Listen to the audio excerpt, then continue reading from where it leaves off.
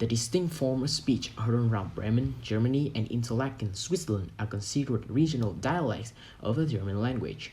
And yet, when someone from Bremen is visiting the Swiss Alps, the conversation they hear between locals will likely be incomprehensible to them.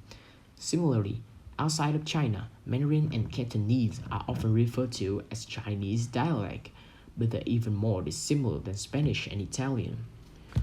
On the other hand, speakers of Danish, Norwegian, and Swedish, which are recognized as three distinct languages, can usually communicate in their native tongue with little difficulty.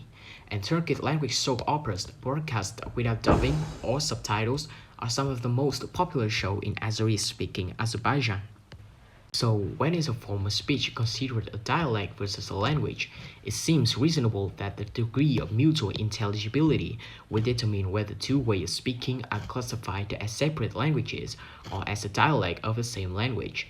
But as we've seen, there are many occasions where this is not the case. Perhaps surprisingly, the distinction between a language and a dialect usually had nothing to do with pronunciation, vocabulary, or any other linguistic feature. However, it is not coincidental either.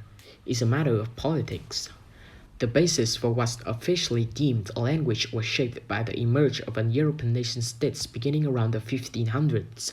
In order to establish and maintain centralized governments, clear territorial boundaries, and state-sponsored education systems, many states promoted a standardized language. Which form of speech were chosen to be the standard language were usually based on what people spoke in the capitals, and although forms of speech persisted, they were often treated as inferior.